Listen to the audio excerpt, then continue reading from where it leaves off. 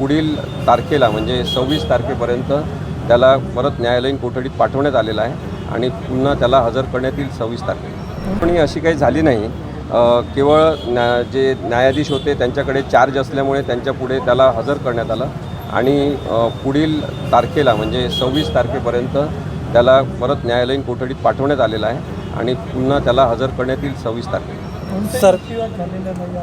नाही, आज कोणताही युक्तिवाद झाला नाही, कारण की त्याची काही आवश्यकतासुद्धा साधारणतः नसते. पण वकील बरेचदा युक्तिवाद करत असतात. आज न्यायाधीशांनी तो विषय समजून घेतला इन्चार्ज कोर्ट असल्यामुळे की आपल्याला फक्त एक्सटेन्शन त्याचं द्यायचं आहे MCRचं. त्याला मॅजिस्ट्रेट कस्टडी रिमांड पुन्हा 26 तारखेपर्यंत देण्यात आले. पीडित मुलीने मागणी केली होती की विशेष सरकारी वकील म्हणून तुमच्या नावाची शिफारस करण्यात यावी, परंतु दुसरं नाव समोर येतं आहे. पण तुमची आणि त्यांची काय बोलणं झालं आहे का पीडितेचं? पुन्हा लढणार आहात का तुम्ही? तिचा मला आजच फोन आला होता पीडितेचा की तिची इच्छा आहे की माझी नियुक्ती झाली पाहिजे. खरं तर जी पीडित व्यक्ती असते, बलात्काराशी लढा देणारी जी व्यक्ती असते, तिच्या मर्जीनुसार तिचा विश्वास असेल त्याला जास्त प्राधान्य देऊन तशा पद्धतीने वकिलाची नेमणूक केली पाहिजे.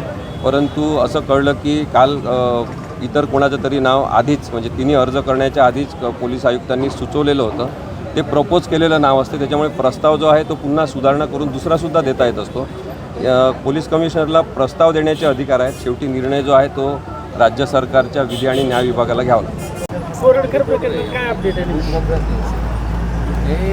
छत्रपती शिवाजी महाराज आणि छत्रपती संभाजी महाराज यांच्याबद्दल अत्यंत विद्वेषपूर्ण वक्तव्य करणारे तथाकथित पत्रकार प्रशांत कोरटकर यांच्या संदर्भातली केस आज कोल्हापूरच्या सत्र न्यायालयामध्ये होती.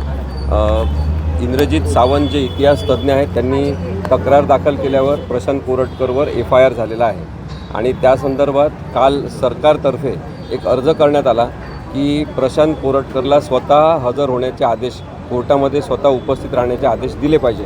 परंतु तो अर्ज आज सरकारने केलेला अर्ज आज फेटाळून लावण्यात आलेला आहे आणि पुढच्या 17 तारखेला प्रशांत कोरटकरच्या जामीन संदर्भातील प्रकरणावर युक्तिवाद होणार आहे. माझं असं स्पष्ट मत आहे की प्रशांत कोरटकर याचे आपले मुख्यमंत्री देवेंद्र फडणवीस यांच्यासोबत इतके जास्त प्रमाणात फोटो आहेत, वेगवेगळ्या वेळेस काढलेले आहेत. अगदी देवेंद्र फडणवीस नुकतेच आमदार झाले होते तेव्हापासूनचे फोटो हे सोशल मीडियावर आहेत आणि त्यामुळे त्यांनी एकीकडे प्रशांत कोरटकर यांना चिल्लर असं म्हटलेलं आहे आणि दुसरीकडे सरकारतर्फे एक अर्ज करण्यात आला कोल्हापूरच्या न्यायालयामध्ये की प्रशांत कोरटकरला स्वतः न्यायालयात हजर करण्याचे आदेश द्या.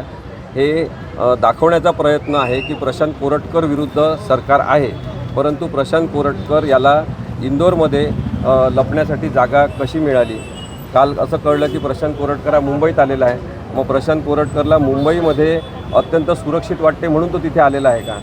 सगळ्या महाराष्ट्रातल्या पत्रकारांची प्रतिमा खराब करणारे प्रशांत कोरटकर यांना त्वरित अटक झाली पाहिजे अशी मागणी इंद्रजित सावंत यांची आहे. त्याचा विचार झाला पाहिजे असं मला वाटतं. आता पुढील सुनावणी कधी होणार आहे आणि यामध्ये काय होऊ शकतं? प्रशांत कोरटकर यांनी जातीय तेढ निर्माण करणारं वक्तव्य केलेलं आहे. 3-4 पानाचा जो संवाद आहे प्रशांत कोरटकर आणि इंद्रजित सावंत यांचा झालेला, तो पाहिलं तर आपल्या लक्षात येईल की अत्यंत विषारी संवाद झालेला आहे. या प्रकरणाची पुढील सुनावणी ही सत्र न्यायालय कोल्हापूर येथे पुढील 17 तारखेला होणार आहे.